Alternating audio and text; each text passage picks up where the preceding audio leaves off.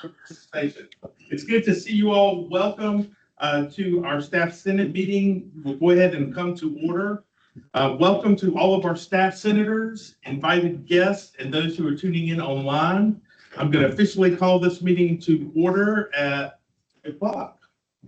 Secretary Taylor, have you completed your attendance roll call? Thank you so much. And Parliamentarian McCormick, do we have a quorum present? Yes. Awesome. Thank you. So we have a quorum to conduct the business of the day. We'll start first with the approval of the minutes. Jessica Mackey sent out the minutes from last month, January. All of you should have received them via email. Are there any additions or revisions from last month's minutes from the general body? All right, is there a motion to approve? Thank you, Senator Cox. Is there a second? Thank you, Senator Watts. All those in favor of approving the minutes say aye. Aye. Any opposed? Minutes stand approved.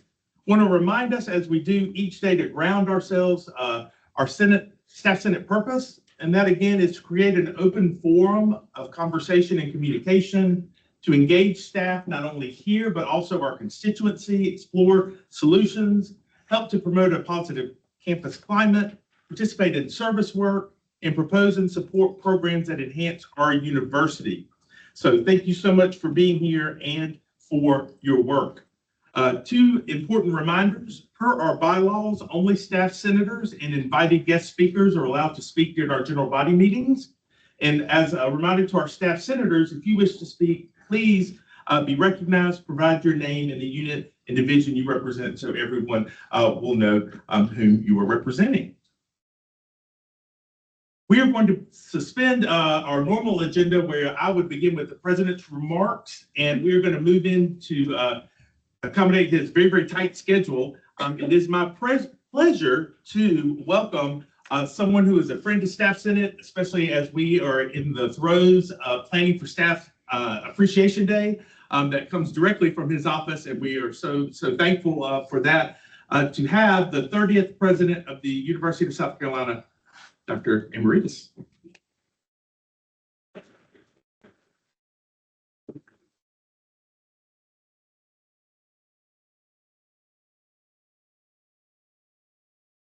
Hope you can hear me.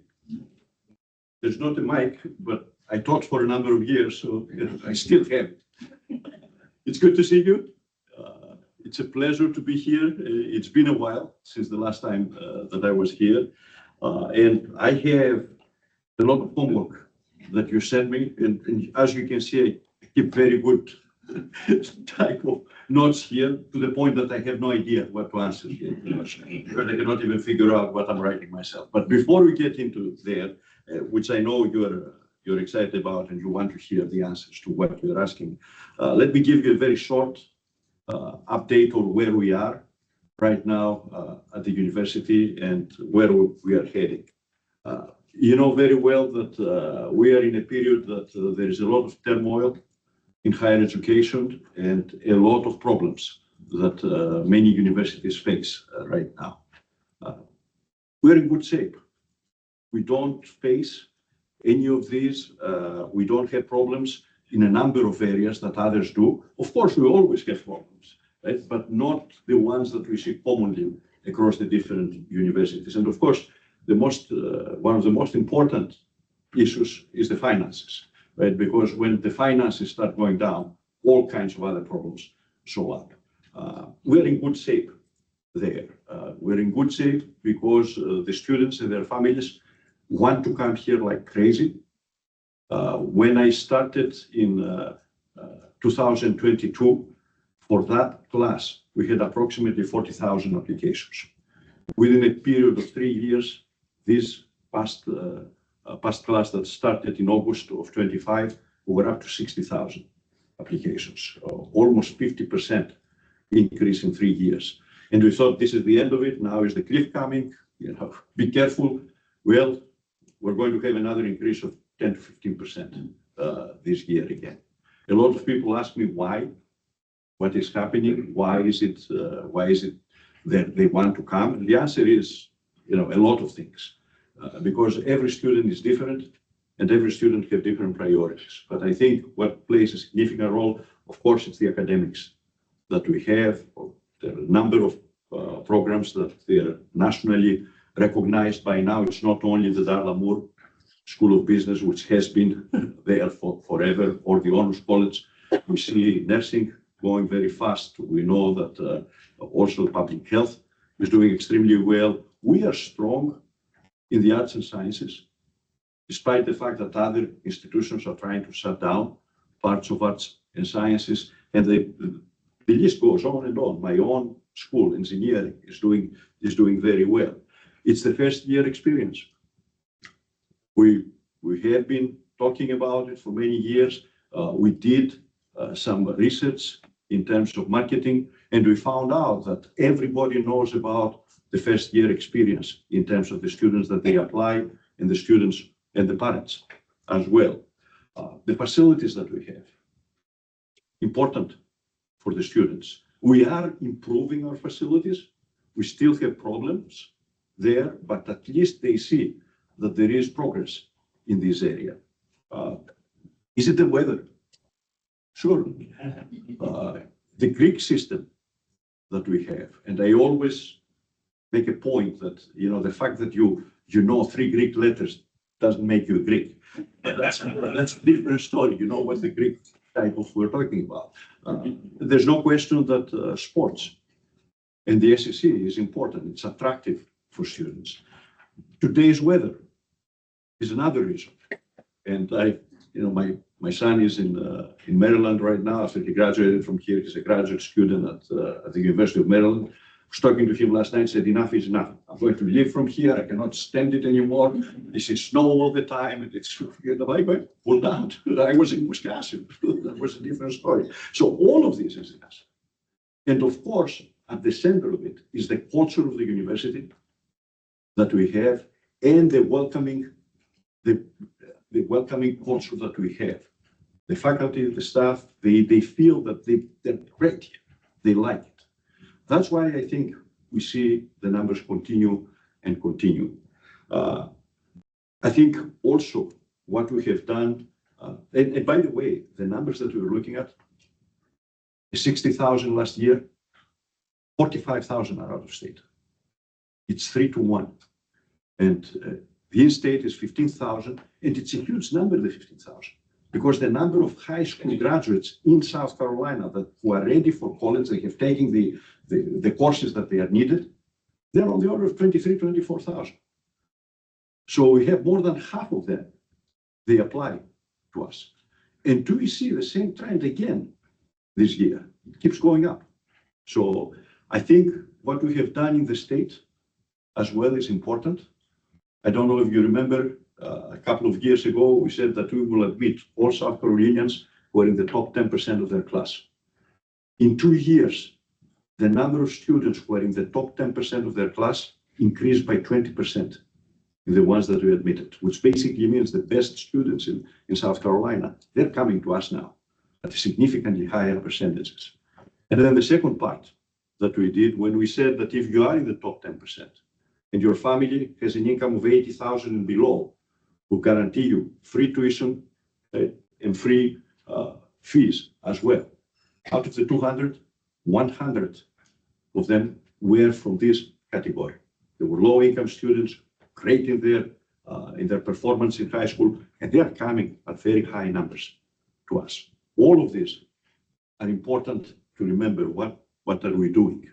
And then what we are doing in terms of the transition from degree to career, the certificates that we put together. Again, 2 years ago, with 4 of them, we started with 25 students the first semester. 2 years later, we have 500 students who have graduated already with one of these certificates and their degrees, and we have another 1,400 that they're taking one this year. So altogether, around 2,000 of them.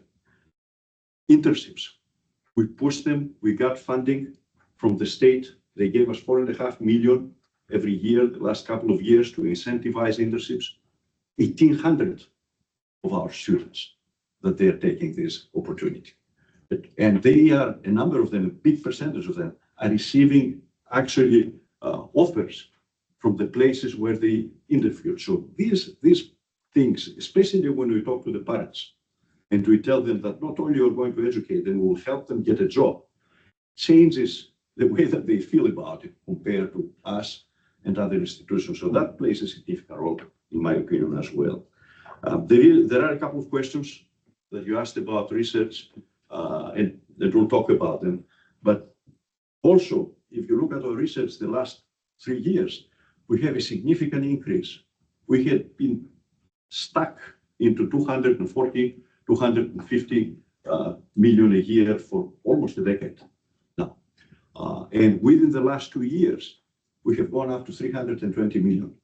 That's an increase of approximately 30% over a period of 2 years. I think the work that the Vice President for Research has done in his office, right, some of the institutions that the institutes that we created, and some of the core facilities that we have created as well, probably are helping. The fact that we have new faculty members also helps.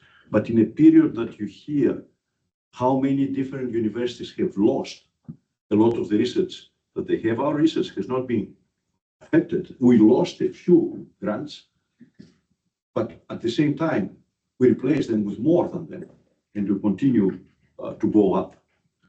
Development has had a fantastic year last year. We were raising funds between in fiscal years 2021, 22, there were around 80 to 85 million in gifts every year. So the three of them together, the 3 years is 250,000. This past year, we brought 260 in 1 year. So we tripled the amount that we had in 80, 81. And for the first time, we crossed the 200 million offer. Part of it is the namings that we had. For our history, we had two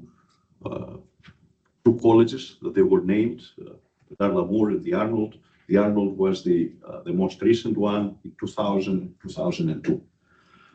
In 2 years, we have named 3 colleges: Law, Engineering, and Peter McCormick now, and the College of Arts and Sciences. 75 million for the College of Arts and Sciences. That's the biggest gift, single gift that we have received. And we're not done yet.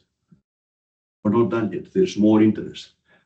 All of these 3 people, Joe Rice, who named the law school, Alex Molinaroli, who named the engineering, and also Peter McCormick, they're very successful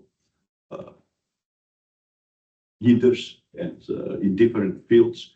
Of course, they have significant amount of money, but they're not throwing them away. Right? They wanted to make sure that that the university is going in the right direction. We have had discussions with them for many years, but it worked out very well, very fast recently, because they believe they want to put their name in the colleges that we have. And you don't put your name if you believe that there are problems, what you're doing. So that's a vote of confidence for the university and the work that all of us do as well. And especially the one for arts and sciences. 75 million for arts and sciences is not something that is common. It is very rare, actually, for public universities, and especially in this time, that here's a statement about the arts and sciences. So altogether, we're doing well. We're thriving, I would say. We have great support from the state. The fact that we got 350 million for a new hospital last year in 1 year, it was something that has not happened before. And then at the same time, also, a new medical school, 300 million, so the two of them together, 650 million in a new campus that we are creating, right?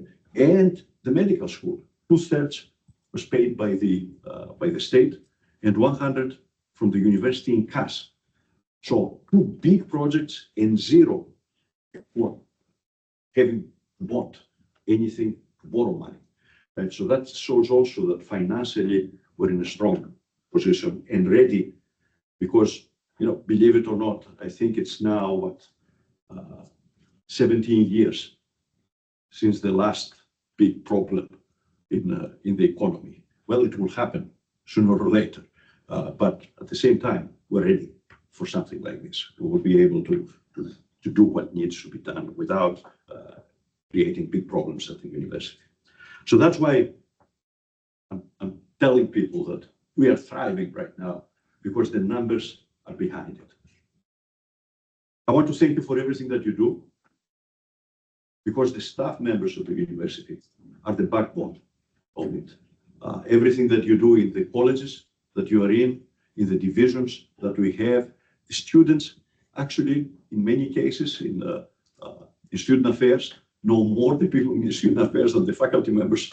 And no offense to the faculty members, but they see the significantly shorter period of time in the classrooms than they spend in the dorms and in all the different opportunities that they have and the groups that they have. And of course, everything that you do supports everything else that we have to do. Without your support, we wouldn't be able to do research, we wouldn't be able to do development, we wouldn't be able to do facilities, we wouldn't even be able to clean the rooms that we have. We cannot feed the students, so you are the backbone of the entire university. I got a list of questions, and I will try to answer some of them because we can go for a long period of time, but I'll give you an opportunity to ask questions as well. So let me go through some of them. One that came up first, and I don't know if it's the list, Mr. Chairman, that you brought as an order, or it's my group that put it in order. But the first one has to do with the employee insight survey results that we received, and how do we feel about the morale that we see from at USC, and will the university be conducting another employee insight survey? So let me start by surprises or not surprises, right? What we have seen.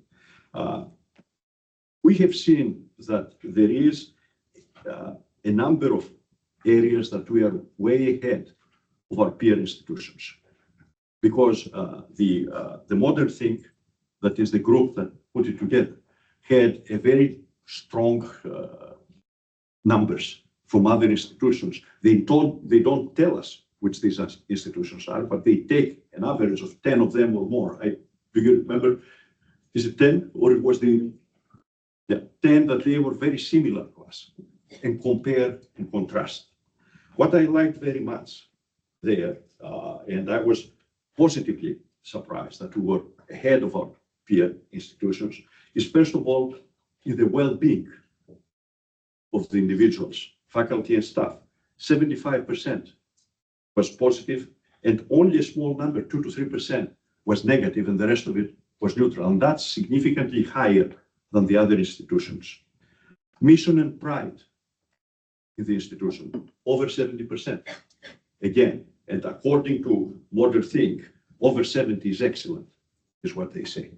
And also, I like my supervisor, over 70%, again, and more than the rest of the institution. So these are very positive aspects. Satisfaction, also what I'm doing, over 70%, only 1% negative on this. I'm satisfied with what I'm doing from the people. And by the way, it is combined, faculty and staff, right? But the staff is 2/3, and the faculty is 1/3 of it. So it's more leaning towards the decisions that the staff make. Now, there is some change also, and I have it here, I have some of the numbers. One of the things that we improved, because I think part of the question was something about, well, it was not, but it's my responsibility, right, about the senior leadership. Between the last one, which was 2019 and 2025, this is 6 years, and 2019 was before the issue with, maybe it was, I don't know who was the new president or not at that point. But the difference is 18 percentage points approval, which is 18% points is great, right? But in 2019, the confidence was 48%. So it went from 48% to 66%. The way that I view it, for me now, because that's the leadership, that is senior leadership, I think we went from F to maybe a B minus. And I don't like B minus, right? I want more. So that was a surprise to me. And another one, it was the perception that the institution is well run. Again, about the upper administration, 18 points again, 18% increase from 35 to 53, right? We're making progress, but there are a lot of questions about. Now, I don't want to get you concerned as well. There was a question about the Senate. Does the Senate represent my needs? Faculty Senate on one side, staff Senate. Well, you're at 57% also. So we all have a B there. And I was surprised when I saw that. But that tells you also to some extent that people in this environment that we are in, they don't trust much of the leadership at the university, but at other points as well. But the fact that they like their supervisor is the most important part. And I'm satisfied with this. I don't know if I have anything else here. We can come back to this if you have any more questions that you may have. How is, and that's a very important question, is how is USC addressing staff concerns about being replaced by AI, as well as AI's environmental impact on moral implication? That's a very good question. Right? And I think, first of all, we're now in the wild, wild west. There are no regulations. There are no understanding. In many cases, there is a very strong interest all over the place. And frankly, it's changing at a speed that we have never experienced. A lot of people are trying to connect it and compare it with what happened with the internet. It took much longer for the internet. It was slower, and the impact is not the impact that we are seeing right here. There are people who believe that maybe we're exaggerated. There are others that believe that, well, we need to move as fast as we can in these areas. All of these are unknowns. And when we see unknowns, right, we're jittery. What exactly is going to happen? I can tell you that the societal problems that we are going to face are significant. We will face them. I have been in Phoenix a couple of times, and I see the taxis now, which are autonomous vehicles. Right? The first time I wouldn't even want to touch it. I was afraid. Right? Then I heard from a couple of other presidents, because we were there for a meeting, they said, oh, you need to go in there. It's an experience. Like experience in a car, I don't like it very much. But at the end, we see this changing. We see that this is happening already. It's BIMO is the group that is doing it. They have it in LA. Now, I read in the newspapers last week that London is putting them together. What does this mean for the taxi drivers, for the Uber drivers? And that group is relatively smaller than the truck drivers, that you see them all the time in the highways. Is this going to create a big socioeconomic problem for a significant percentage? I hope not, but I think may. Now, you don't care that much about it because you're not drivers. Well, drivers as a job. But is it possible that many jobs will be lost? We are seeing already a number of companies that they're reducing the number of the staff members that they have. And believe it or not, a very significant part of it is actually coding. This was one of the jobs that was the most attractive for students, and it has gone right now.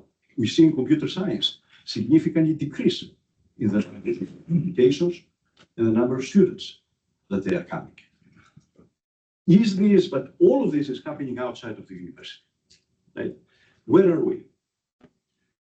We want to make sure that we give you the opportunity, first of all, to look at this thing, start deciding what can I do and how can I improve what I'm doing using AI.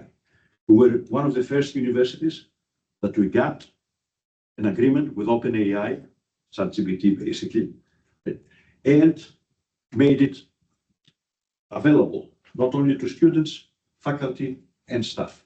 It's an opportunity to start learning into this. Frankly, I haven't done it.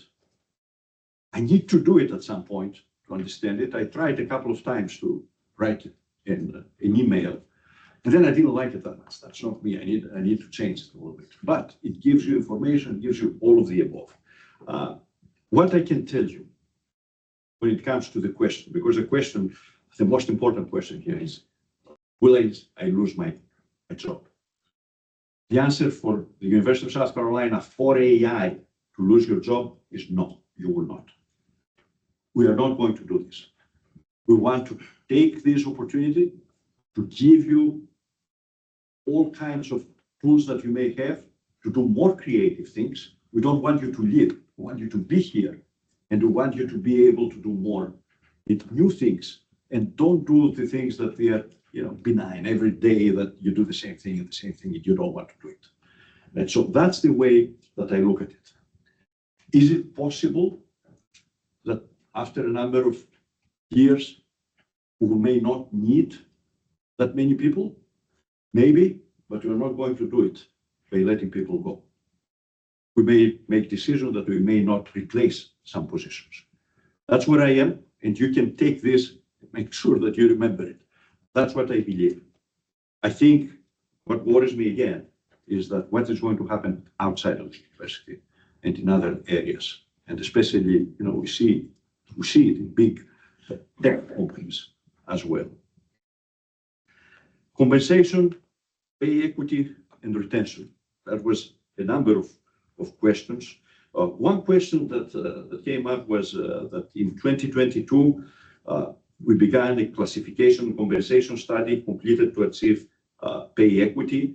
And as a result, and there's a little bit more here, who is asking the question, is this issue that we haven't done as much as we should do? Because we did a few things, and significant for a number of people, but we had some limits, right? The fact that we didn't go even further, is this creating a problem with retention right now? Well, in 2022, our turnover number was 18%, 18.2%. So that year, 1 out of 5 people almost was leaving because there was a different job, because they found a better salary, because they were retiring, I don't know, altogether, right? We have gone from 18% in 22 to 12% in 25. So 1/3 of the people that they were leaving, they're staying with us. The question was, is this enhancing the problem?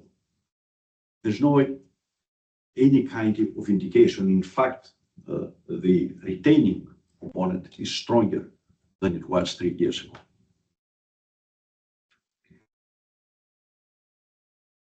There is a question here about,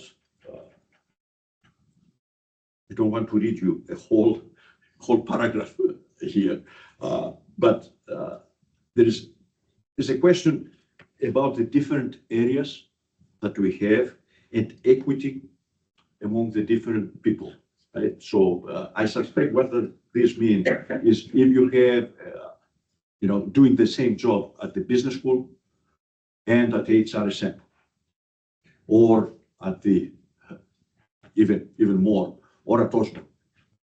Now, who does the same thing in 3 different areas? Yeah, there are a few people who do that. Is this equitable or not? Because there are different, in some of these cases, there are different salaries.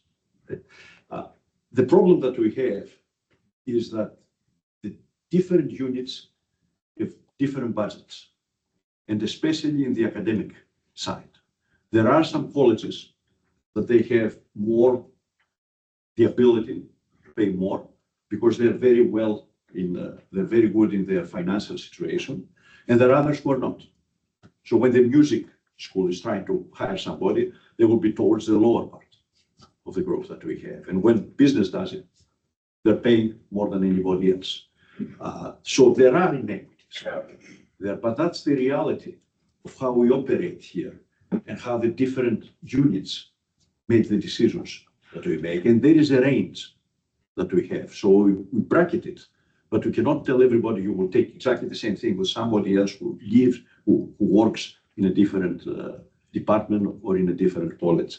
I think that was the question, and I hope that I have answered it. The same is true about another question that had to talk about professional development and career growth.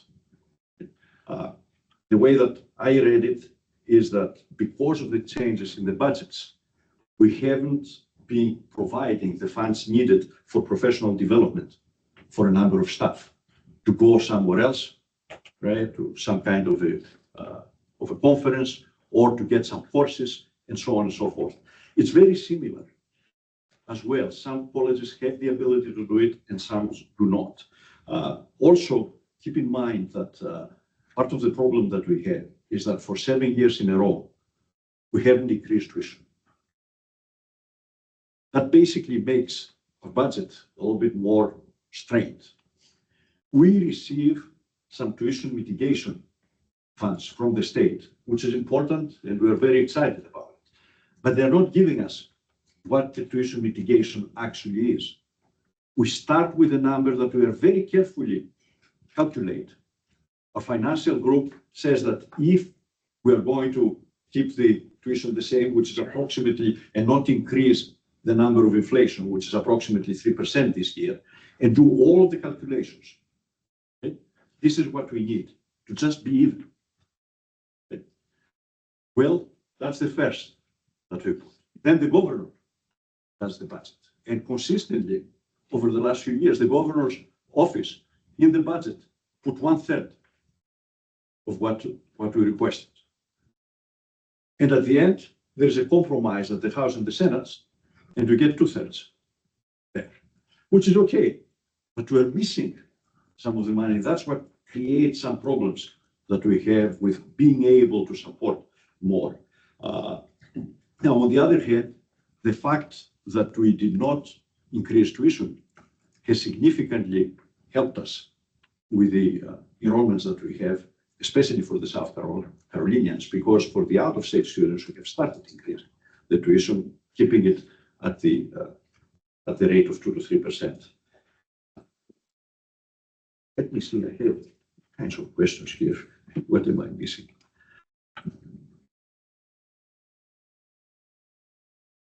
There are questions about remote flexibility, and it was a difficult discussion that we had the last time that I was here, because I know a lot of people want to be away from campus. It's much more convenient in these cases for several reasons. There is money involved when you drive and when you park. I get it. I understand it. At the same time, I think that I made it very clear that we're trying to protect what we are doing this way, because what we are doing actually in our university is personalized services. And when you do these personalized services in many areas, for the students, for the faculty members, for each other, right, what we do, if we lose this, I'm worried that there's going to be a problem there, and we start losing the people who pay for us, which are the students in their majority. But still, I understand that there are a lot of questions about it. One of these questions was about what has happened in terms of losing staff members during this period, right? And I think the way that was phrased, I don't see it exactly, but that was the question. The question is, did you lose a lot of people? And do we need to look at it? Well, we have an exit interviews with everybody who's leaving, and some people respond and some people don't. So during the last year, and starting from April 1st, when we had this discussion and was known that this is happening, we had 465 people who had left, staff members who left the university. They're asked why. 23 of them said that because I want to work online. So 23 out of 465 is 5% of the people who have left. But actually, if you put it in the total number of staff members that they have, is 0.5%, 0.5%.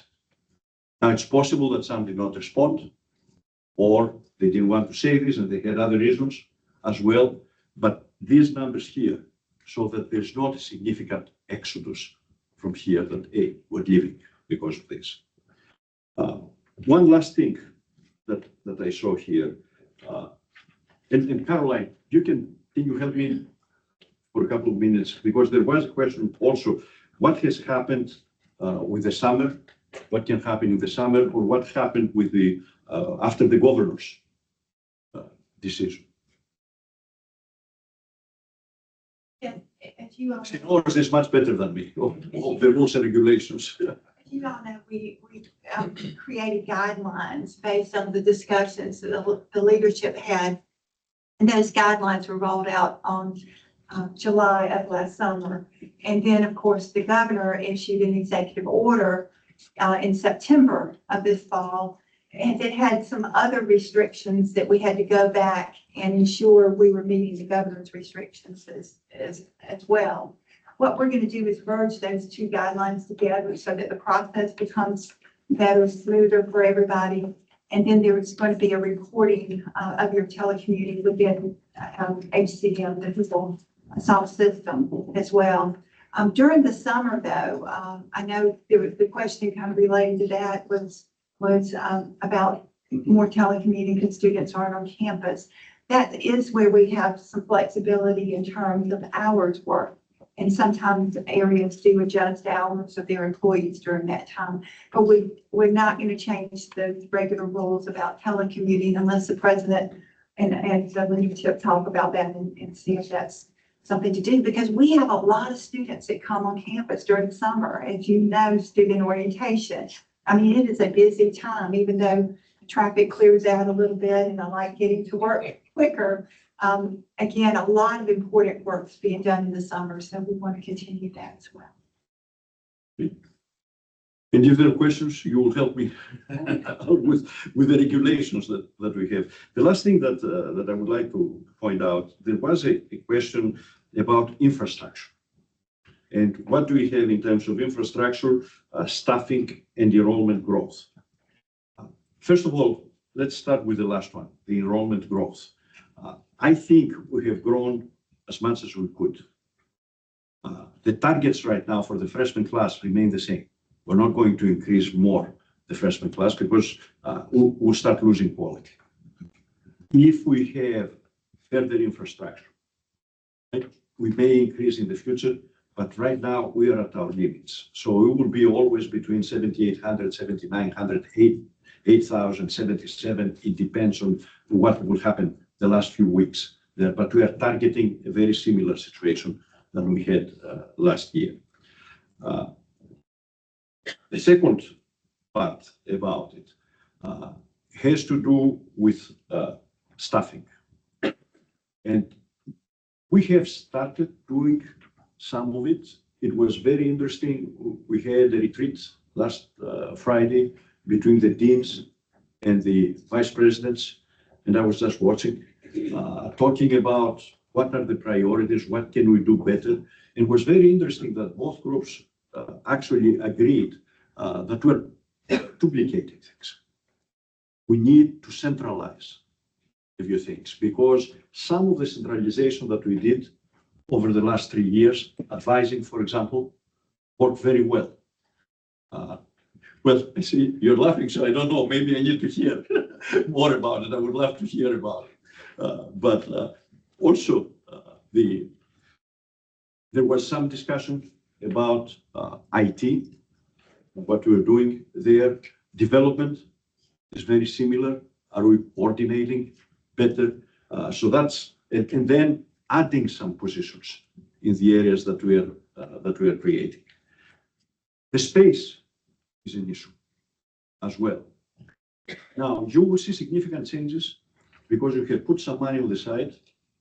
And a couple of people ask me, graduates of the university, because I go around the country in different areas to talk to alumni and ask for money also frequently. Right? So one person asked me, if I come in the next couple of years, what is going to be different and obvious to somebody that is coming? And I thought very quickly, you have to say something quickly, right? And I said cranes. You come in, you will see cranes. And we haven't seen cranes. We have already cranes out there in the new health sciences campus, but you will see them on the campus as well. Because McBride is going to start demolished. I think it's this week or next week. By the end of the summer, it will be gone. Right? We will build a new dorm there with approximately 900 beds, and we are going to build a wing across the street on Sumter Street, because the honors college also has a wing missing. If you look at the way that it looks, it's like almost a pie, but it's not a pie. It's halfway through, right? The reason is because Sorensen was the president at that time, and I was dean at that time, and they ran out of money. So they didn't do the last week, and we were going to do the last week there, which will give us another 200, 250 beds. And bringing the students close to the campus is important, especially the first year students with the Russell House being next to it. It makes a difference. You will see changes in the library. This is a difficult project. It will take some time because you're doing renovation at a unit that is working at the same time. The request for books in the library over the last 10 years decreased by 85%. Because people, usually do not use the books anymore. That doesn't mean that we're going to throw away the books. We're going to put them in storage. So within 24 hours, somebody that wants a special book, they can get it. But at the same time, it will open a lot of space for students to be in there, to work together, to study together or alone, and so on and so forth. These are the new libraries, and the Cooper Library has not changed since the time that it was built. So it's time to get something like this done. It will take probably 6 years. And by the way, this building also has problems with HVAC and everything else. So that's a big project. McKissick is going to change. And you will see McKissick, the change will start next summer. It's a building that every student and their parents see before they come here and never go in there again, because there's not much activity there other than the museum that we have. So for the first 2 floors, we will open them up. We will put classrooms, 4 classrooms at the corners and the Starbucks. We'll have a lot of free space in the middle for the students again, and we will put a lot of the artifacts that we have in the museum in all of these spaces so they can be seen by people as well. And we will make it also transparent, because McKissick, the way that it was built, it had entrances. Now it will open up for both of them, both from the east and from the west. It will become another hub for students there. Barnwell is going to be renovated completely, and it's going to be a mess, by the way, for quite some time, because they will be at the same time, McKissick and Barnwell. So we'll put some, cloth around it, and both of them will be out of sight for a couple of years. The same is true about the 2 dorms.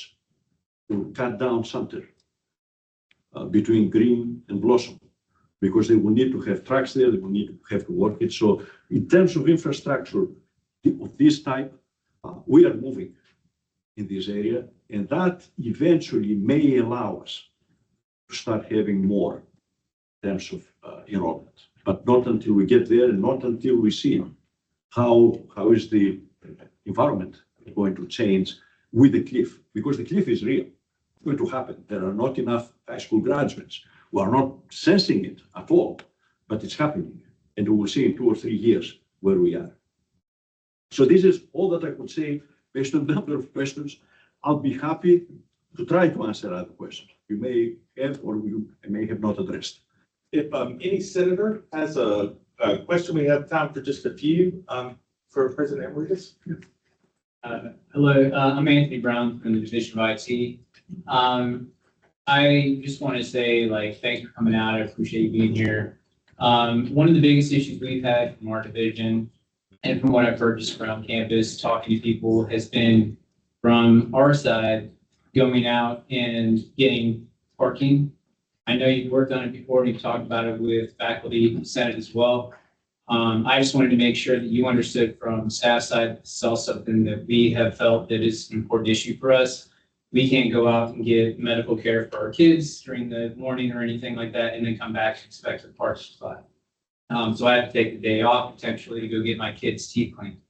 I'm just saying that as what are we doing, I guess, in terms of like trying to resolve the issue for parking? I know we're constrained financially, as well as we've got somebody on the organization trying to figure things out, but I guess, what are we going to do to try and resolve our situation? It's the most difficult problem. Straightforward, right? Yeah. In 2022, when I first came back, we had an Imagine Carolina discussion with 200 students. 3 issues came up as the strongest ones: advising, Wi-Fi, and parking. 3 years later, we had the same meeting with the students again. Actually, 2 of them had been in the previous one. They wanted to be there as well. 120, 130 students. The 3 top issues was library, it was the Russell House, and food and parking. So the 2 of them, the advising, they're satisfied. They didn't bring it up. Wi-Fi, it took us some time, but they're satisfied with it. Parking was number 1. And I'll tell you something else which is interesting. Recently, I was talking to one of our alumni who was in the 60s here. And in the 60s, they would go through the horseshoe and they could drive around. They said, we have a problem with parking. Oh yeah, we had a problem with parking in the 1960s. I'm saying this, I'm not joking. I'm saying it to put it in perspective, right? It's a problem that we haven't solved for quite some time. We could solve the problem if we would build another parking garage. Straightforward, right? Okay, how much is it going to cost? The problem for each spot, for some reason that I'm an engineer and I don't get it, but everybody tells me the same thing. It's 40,000 by a spot. So in order to bring back the money, right, you need to be charging 1,000 a year for 40 years to recover the money. I brought this to the students. I said, are you willing to pay for it? Yeah, we will pay for it. I said, 1,000 a year. Oh, you're crazy. They were looking at me like, what are you talking about? And my fear is that, and you're coming from IT, right? My fear is that 25 years from now, it will be autonomous vehicles that will take you here and go back home and take you to the doctor as well. So the problem is what we're doing in the middle, because I'm confident that we will see AVs all over the place, right? And then nobody will want parking. So I think what we're trying to do is any land that we buy, and we buy some of them just as more protected, right, for no others to come in there. We are using them as parking right now. We're buying a new property. The foundation is buying a new property that is at the edge of the campus. The first thing that we will do is we'll fix it and put 150 cars in there. Is this going to solve the problem? No, we're putting patches here and there. There's another one that we're about to buy as well. We'll put money there. We're thinking about not allowing the first year students to bring cars. Our friends at Clemson are doing us a favor because they told their freshmen that you may not, we don't guarantee you having a place to park. We will see what the reaction is going to be, especially because of South Carolinians. They love their cars, they want to drive, they want to go home during the weekend, and they get upset. So I can keep going about it because we have spent a lot of time. We thought about being able to use the stadium because we have a lot of empty spots there that they're used 7 Saturdays every year. That's it. Right? We could do it. The problem is that students will be questionable there, because if you put it late at night, that's a problem in this area. So we are trying. I don't have an answer for you. I have another meeting talking about it. We're trying to figure it out. Appreciate it. I just wanted to make sure I brought it up. It's frustrating. Yeah, It's very frustrating. I understand. Yes, sir. Brian Shelton, Dartmouth School of Business. Thank you for speaking to us today. I do appreciate the answers you've given so far.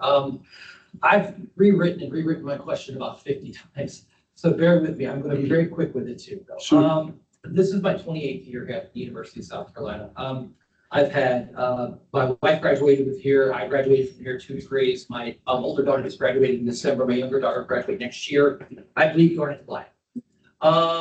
In recent years, I've talked to longtime staff, and now I'm starting to feel very much this way, that are reflecting very seriously on their future at USC. Some of us have lost hope, and I'll speak for myself.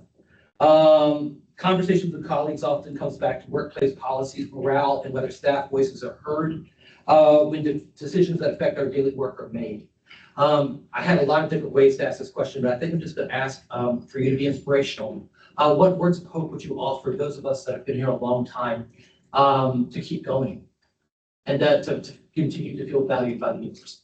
So the fact that you cannot do work in online, right? Is that?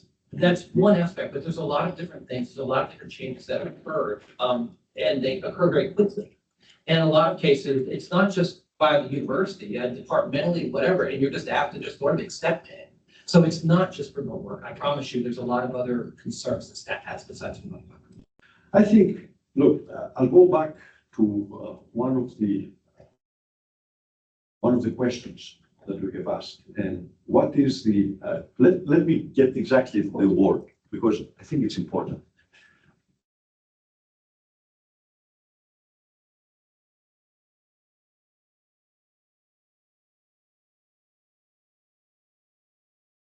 "75% satisfaction.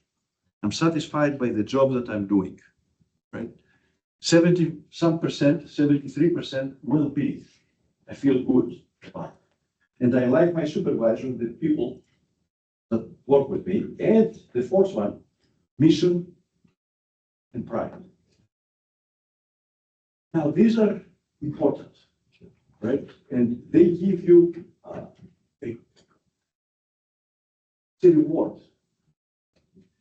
Can we provide reward more funding, right, that the private sector does? We cannot. So somebody has to make decisions, right? What is more important for me? What kind of reward I want? And I think looking at it again and again, I think that the majority of the people who work here like to be here. They're proud of what they're doing. We have problems, and always a problem. So how do you balance it? That's the question. And if you get to a point that, the balance is negative, we lose them. But, this is always the case when you have a large population, and some people will choose that this is what, I'm not going to get 5% more or 7% more in my salary, but I like what I do, and I like the people who I work with. Personal decisions in many cases, and it's true for the staff, it's true for the faculty, it's true for the administration, for all of us.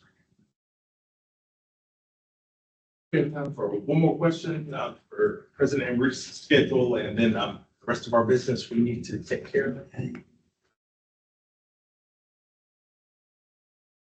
And please always know with my role meeting with all of our wonderful ex officio leadership that any question, we get to speak with Dr. Edwards, who is Chief of Staff for President Amiridis. So we have direct lines to everyone that we need to. But any last question for President Amiridis before he goes? All right, well, please join me and thank you.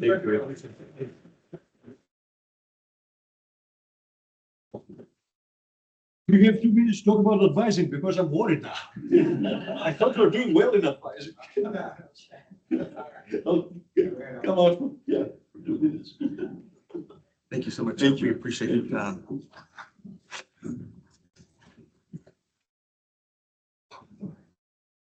All right, I want to quickly share some information with you, knowing that this will be in my follow-up email as well, but just wanted to make sure all of our staff members are aware, as well as you can make your constituents.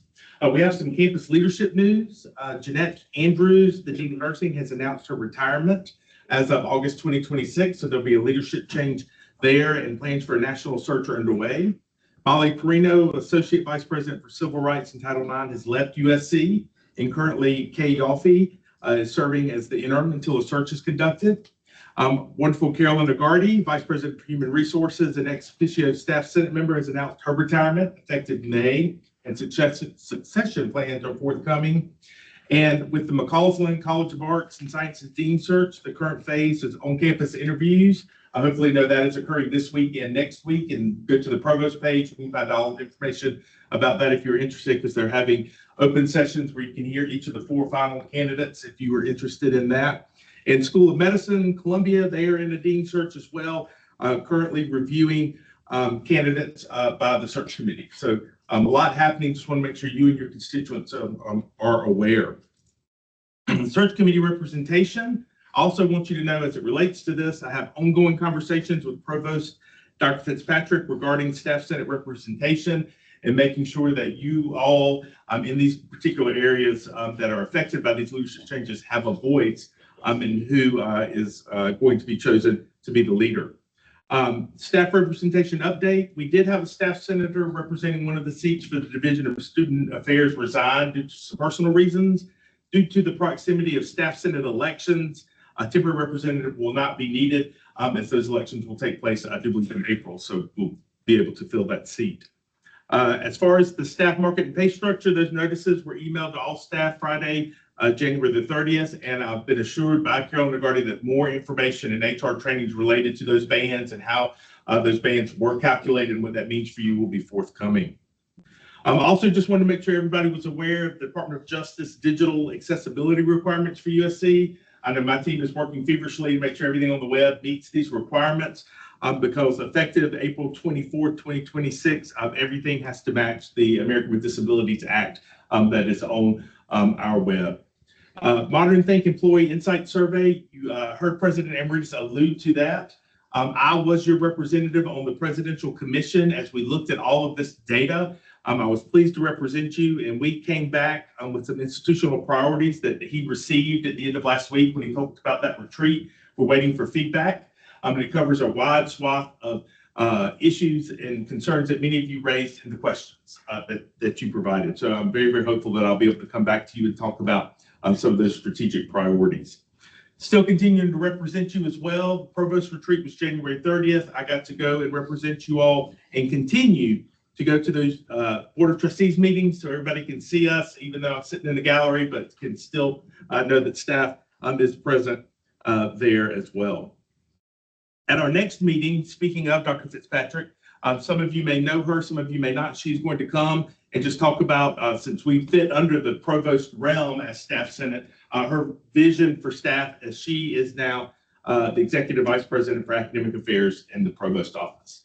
And so she will come and talk a little bit about her vision. Some opportunities. They are requesting reviewers for the 2026 Staff Excellence Award submissions. There's a QR code here. I'll send the link. If you would like to, when those submissions come in, be part of the reviewing process, I would love to have your name, and the executive committee will send that on, and they will be contacted by HR. The deadline to register is February 16th, and this is staff senate only, not necessarily your constituents. I'm looking for reviewers for the Staff Excellence Awards, which will be in their second year. There was something in USC Today from Monday. Hopefully you saw that, about complimentary athletic tickets. That's been probably one of the #1 concerns, aside from parking, that have come through my email or individual staff wanting to know how that works and what's happening there. So this was lots of detailed information there, and I'll send this link out too. You may notice it or can go back and find it in that USC Today, because it talks about how it works and what the regulations are surrounding that, if you're interested in those athletic tickets. always, and every time we have community service opportunities through Staff Senate, I love that many people brought spices. I brought some spices and some school supplies, but please remember to do so if you can and support our community efforts. And last but not least, we have our senator shout out. Anytime you have or know of a senator who's doing wonderful things, let me know so I can make sure to include them. And I'm pleased to shout out all the staff senators who are seeking a 26, 27 executive committee office. You'll hear a little bit more about those when we have our membership report shortly, but they are running for vice president is Katie Annan, Anthony Brown, and Michaela Taylor.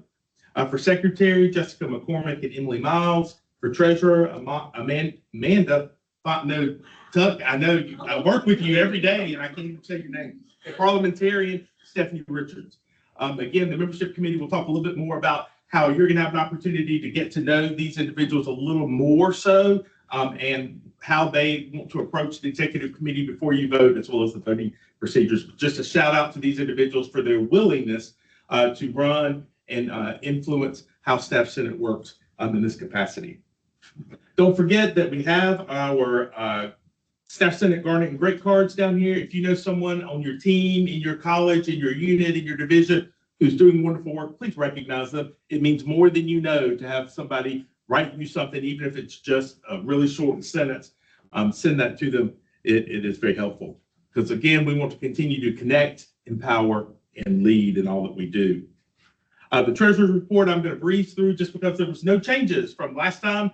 And again, our biggest expenditure is upcoming. That's Staff Appreciation Day when that gets here. Guest speaker already happened. I'm pleased to welcome our second guest speaker who's just going to talk a little bit about an opportunity we have. And that is, I always say Halfie. I'm going to say Happy, and I always get it wrong. So please forgive me, Halfie, Development Director of the Columbia American Heart Association. Thank you so much. Yeah.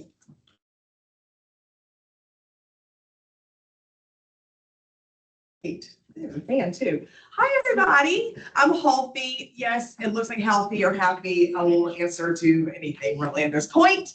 I'm USC alum 2010, and I'm the development director for Columbia. I've been with the American Heart Association for about 5 months, so brand new to the organization, but our mission is very, very important to me. And I have a lot of exciting things to share with y'all about our upcoming Heart Walk and some opportunities to have y'all involved in your divisions. But first, I want Lizzie to introduce herself.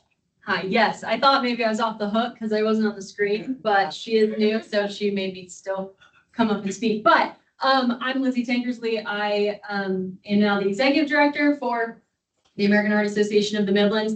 And my U101 assistant is right here, Megan, from when I was a freshman in a great first year experience at the University of South Carolina. So prior to being in this role, I was the Heart Walk director for the American Heart Association of the Midlands. And so I worked with the University of South Carolina. I worked with Dr. Pruitt, was our leader back then for many years. And then he retired, and then we kind of had a lull. So many of you maybe participated in the past, but we're very excited to be here today to talk to you about the Heart Walk and sort of our plan and our hopes for this year. So, yeah. let me, hold on. Here we go. It just aired down. There we go. Okay. So here's just a little like sneak peek to the Heart Walk for this year.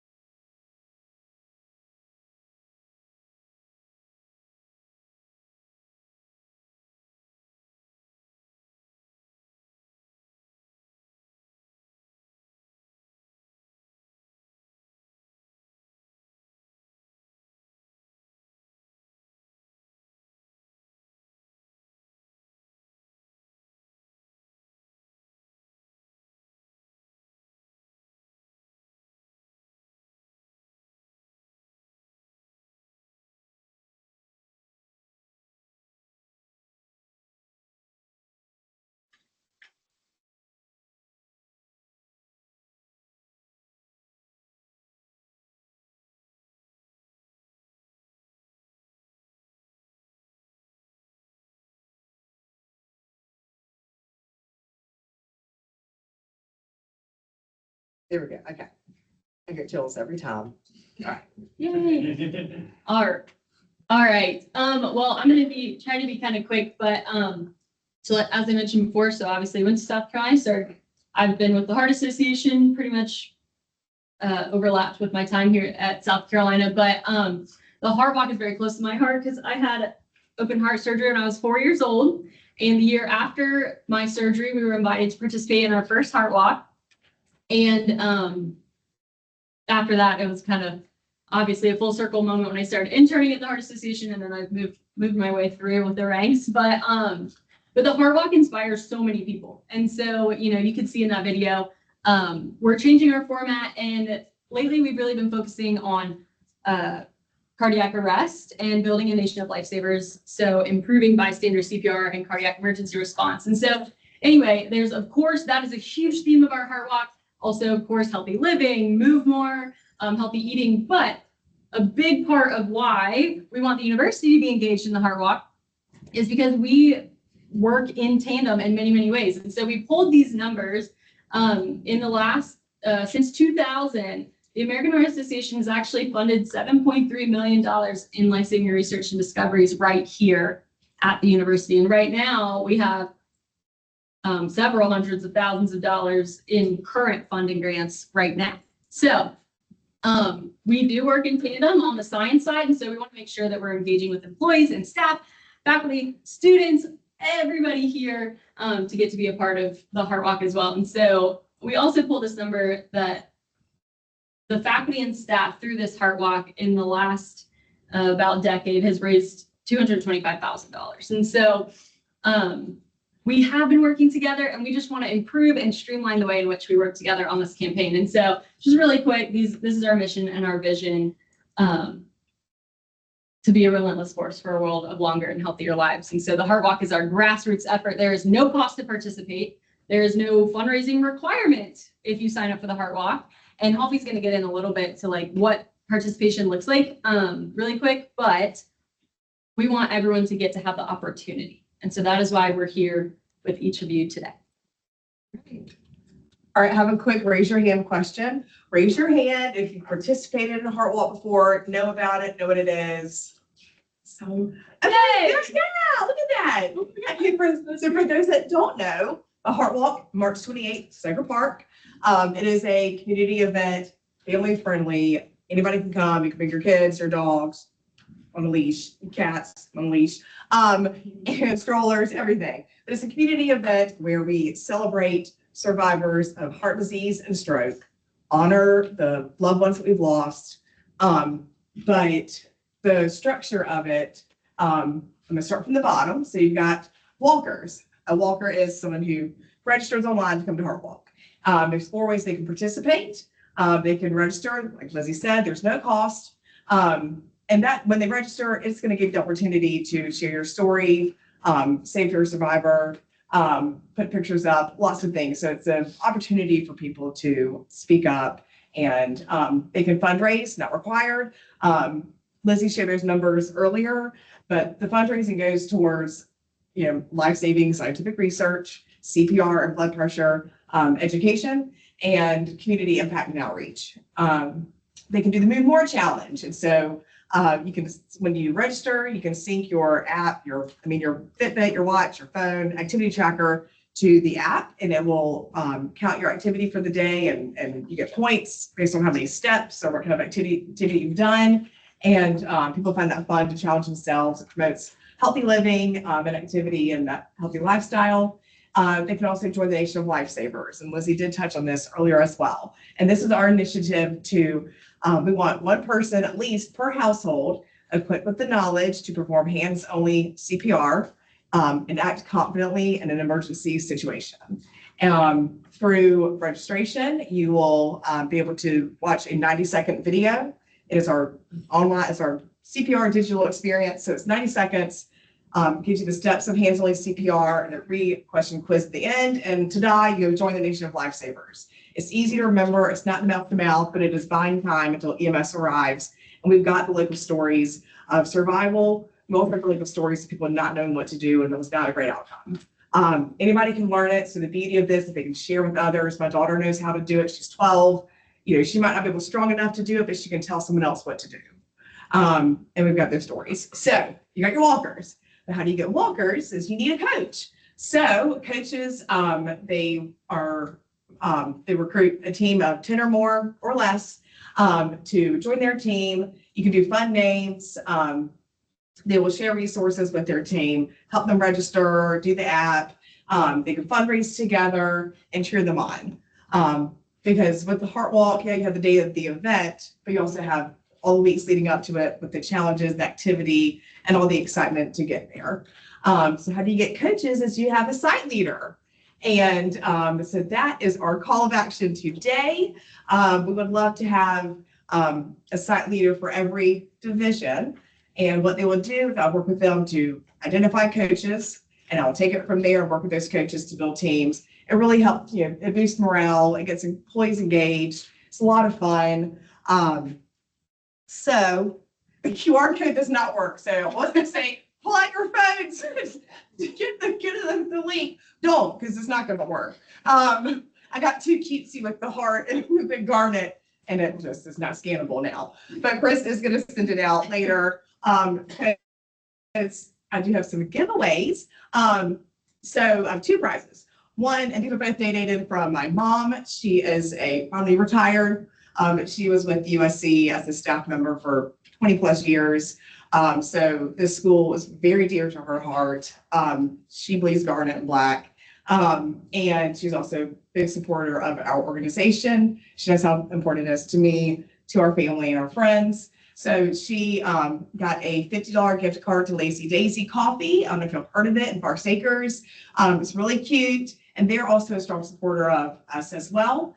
And the other giveaway is 2 tickets to the USC versus Missouri women's basketball game on February 26th. So how do you get those? Well, it was gonna be this.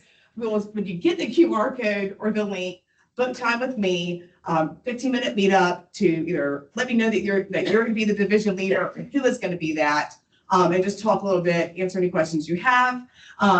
So by 5 o'clock tomorrow, again, it was gonna be midnight, 5 o'clock tomorrow, for those that have booked time with me or email me or some kind of communication, I will do a drawing the following day to win the gift card to Lazy Daisy. And then we do want to have, because Heart Walk is coming up, next week starts the last 6 weeks of the campaign. I'd love to have division leaders identified by Friday. So starting Friday, the first 10 divisions that have, this will go out afterwards too, that have a coach registered on the website will be in the drawing for the 2 basketball tickets. So USC on the Heart Walk, you can just probably Google Midlands Heart Walk to get to the website. I'll share that as well. But USC is already listed as a participating company. So when you go to it will ask you 2 questions: start a team, join a team. You want to start a team, it'll ask you a company, USC, and all of the divisions are already listed on there. So it's easy to get to and figure out. So when I say have a coach registered, that's what they need to do, is go register under their division under USC. So any questions? No. Yes, yes. Are you looking for students also to be part of this, like teams, if they want to register for coaches and then have a team of students sign up, or? That would be awesome. We Yeah. would love that. We thought we'd start with this and build. Anybody's welcome to. So, we have a team for AHA. A lot of companies have their internal teams because it boosts morale, it encourages engagement with employees. So they do challenges against each other in the workplace. But then my mom is a coach, my husband's a coach. So anybody can have a team. So students are more than welcome to, really with the Nation of Lifesavers, to have that access to that video. Not enough people can know how to do it. So please share and welcome anybody to join, really, yeah. Spouses, families, anyone. Yeah, everyone's welcome. Cool. Any other questions? That is a record. Halfie and I have never finished something that fast. It's lucky. All right, well, thank you for having Thank you us. guys. And thanking our Art Association friends, and since we're getting closer to our conclusion time, they may be here that they can answer questions at the very end, if you happen to have any. We have, I want to dispense with all of our committee updates. If we have time, we'll circle back around, but there are two pieces of business we still need to make sure we cover. The first is about membership and the upcoming elections. The membership committee, if you want to come on up and talk about that, and then we'll go to looking at the amendments that we discussed last meeting. Thank you so much. Hello, everyone. So really quickly, Chris mentioned that to save time today, we weren't going to have all of our executive officer candidates get up and introduce themselves. So the committee decided that we would allow an opportunity to create a video and just introduce ourselves, maybe 1 or 2 minutes, and kind of talk about how we want to improve the staff senate and what we would like to do in our time as an officer. So beginning tomorrow in the Teams channel on the staff senate Teams, we'll have a place for executive officer candidates to create and just send a quick video. If anybody doesn't know how to do that, happy to help, or anybody on our committee or exec can help with that. It's very simple. You can just kind of click the little dots on the side and it'll say record a video, and then you just load it. Happy to help. If anybody has any questions, please reach out to exec or myself. So be on the lookout for that. And then elections will begin, they run February 16th through the 20th. So be on the lookout for that as well. Thanks. Awesome, thank you. And please note that Chris didn't decide that there wouldn't be speeches, that the membership committee also thought they'd do something a little different to give you a more chance and a little more personality. Chris wishes he had that kind of power, but he does not. Also, as just come on up, one quick correction that I wanted to make, and thank you for helping me with this, that I said the interim VP for Civil Rights and Title IX was Kay Yoffe. It's actually Kat, and so I want to make sure that I mention that. And I also wanted to take an opportunity to welcome, we have a visitor in the back, and he is my counterpart with the Faculty Senate. That's Dr. Liam Hine. And so we're glad that I have you. Thank you for being here with us. And so with that, there you go. Okay, quite small. Oh, well. Can we see, can y'all see that? No, you can't. Is there a way that I can? Okay, we'll just move forward. So as a reminder, we had our first reading of the proposed bylaws changes to Article 3, Section 1 for apportionment representation during our January meeting. During that meeting, we had discussion with several minor editorial amendments. And those amendments were to change between the numbers for with the division in colleges and schools, to change from 2 to dashes, and then to also change colleges to colleges and schools. So those changes have been made in the proposed language to reflect our institutional structure. Additionally, we had opportunities for transparency and feedback with an anonymous apportionment feedback survey that's been open the last 4.5 weeks. And senators were allowed to submit questions and comments, and we did have a few comments that we received, and I shared those with exec and Katie as chair of the membership committee.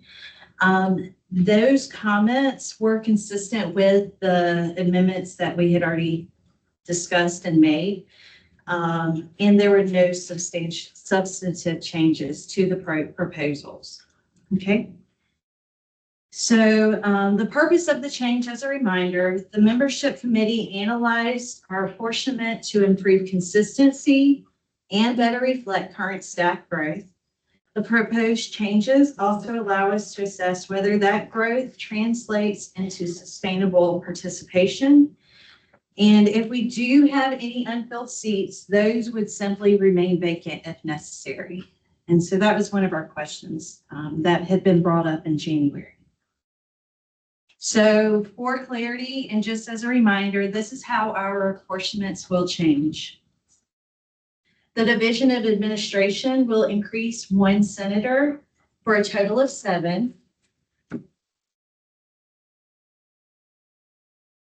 Student Affairs and Academic and Support will decrease by 1 senator for a total of 4. Academic Affairs and the Provost will decrease by 1 senator for a total of 3. The Clausland Arts of College of Arts and Sciences will increase by 2 senators to 3 total. School of Medicine Columbia will increase by 2 senators for a total of 3. Arnold School of Public Health will increase by 1 senator for a total of 2. The College of Education will increase by 1 senator for a total of 2. The Division of IT will decrease by 1 senator for a total of 2. Division of Development will decrease by 1 senator for a total of 1. Communications and External Affairs will decrease by 1 for a total of 1. And the Office of the President will decrease by 1 senator for a total of 1. So as a result, the number of senators will increase from 48 to 1. And that number will shift or change based on the headcount for staff at the university. Also, as a reminder, for divisions with a decrease in representation, current senators will complete their existing terms, but those seats will not be refilled. And for divisions and colleges with an increase in representation, those additional seats will be filled during this upcoming cycle, serving terms July 2026 through June 2028. So at this time, I'd like to open the floor for any additional comments or questions regarding the proposed bylaw changes. Yes. So, In terms of the Division of Student Affairs and Academic Support, that is like one of the largest divisions. I think losing a seat, I'll be honest, I'm quite questioning it. Losing that seat, I think the seat could be filled in the future if better marketing could happen amongst the division of like saying there's an open call for it. I'm just questioning it, just being honest. right. So the head count that we had last March, we put it in, so each senator will represent 150, and that is across the entire university system. Now, I know some of the colleges or divisions might have less than 150. But they would have 4 senators, so they would fall within the 450 to 559 staff. So that proportion is remaining consistent across the entire university. And it is similar and consistent with what we had previously. But this is, it doesn't mean that this cannot be changed in the future. And just so you all know, those of you who haven't been with staff Senate since our inception, this has been reapportionment. Apportionment has been a discussion from the very first day when they sort of came up with this to try and see, almost 4.5 years ago, as we move on. And so thanks to the membership committee and the previous membership committees who have kind of grappled with this over and over again, this is an attempt to try and see if this might better equalize representation. But again, it will always be fluid. We will always have a membership committee. And if it turns out the student affairs is not, for example, represented as they need to be, then that can be something that can come back to the drawing board. Or if they increase their staff, their parameters already in place to make that happen. So that is a great point.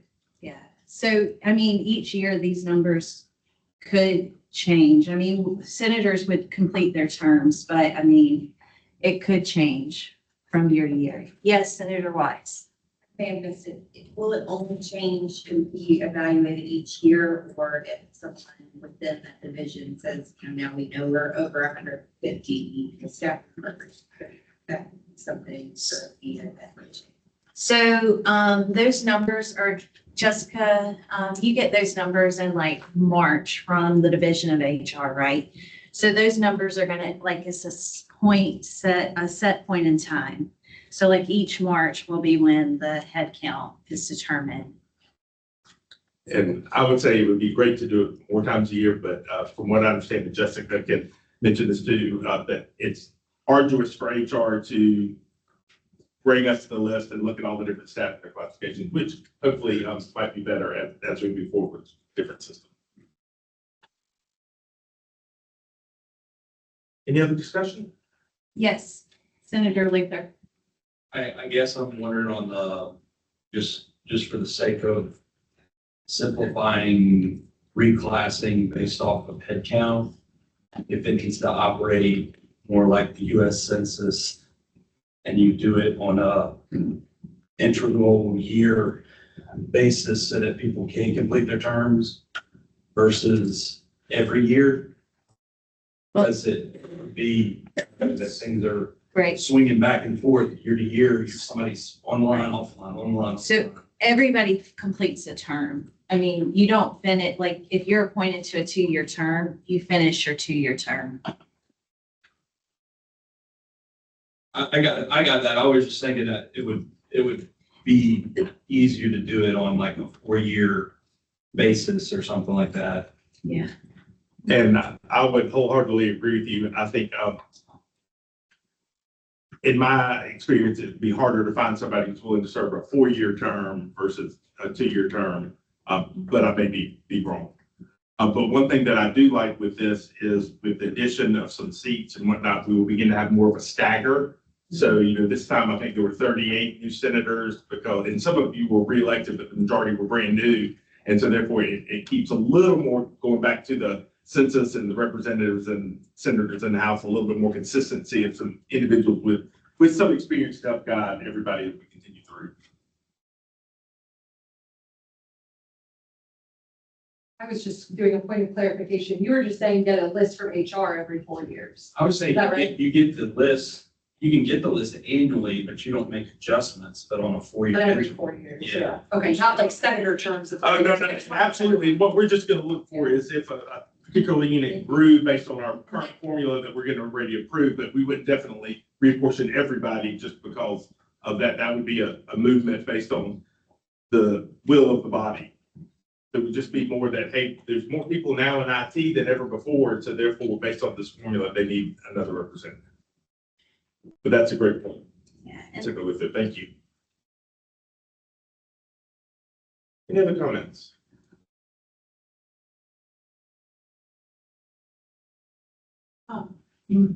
I understood the comment, Senator Richards. My only caution to that would be that units move fluidly sometimes in between divisions.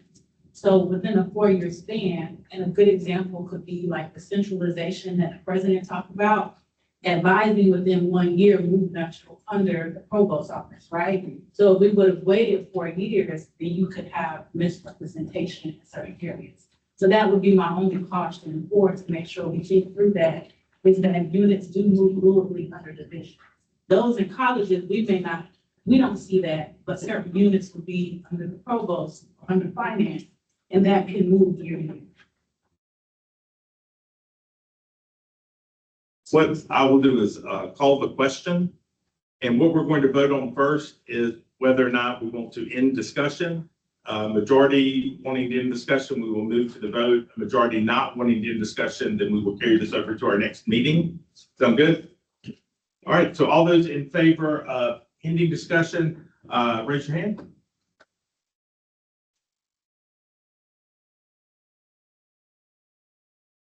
Thank you. All those in favor of continuing discussion? Anyone who chooses to abstain? All right, then we will vote on the amendment. Okay. So do I have a person to make a motion to move forward with this amendment? Senator Chambers makes the first. Senator Williams, do you have the second? Okay. So all those in favor of the bylaws changes for Article 3, Section 1, please say or raise your hand in favor. All those opposed? Does anyone abstain for voting? Senator, or we have one abstain. All right, so the motion passes as written. Awesome. Thank you to the membership committee for your hard work and for everybody for thinking about this as we look at our organization and what we wish to do. Just for time's sake, the Professional Development Committee sent out a survey that I think everybody was asked to complete. I think they would like, Jalen, were you, y'all would like everybody to make sure you complete that, correct? Please. If you have not yet if you have not already done so, we'll send that link out one more time to make sure everybody has it. As we look to finish our meeting, are there any comments for the good of the order? For anyone? One thing I just wanted to mention as we end is President Amiridis mentioned this about one thing he did not say, and I don't want to underscore this, that a lot of the insight survey was taken before some things happened on campus, and I'm very, very well aware of that. But one of our goals is to make sure we represent our constituencies and do what we can to move the university forward. And so please continue to do so. Let the executive committee and I know how we can assist you in doing so.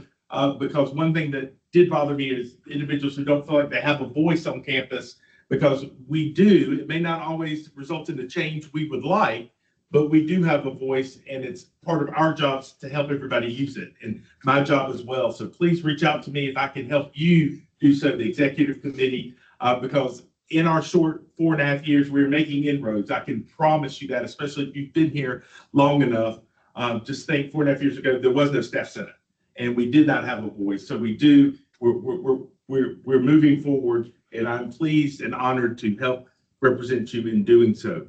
Is there a motion to conclude and adjourn our meeting?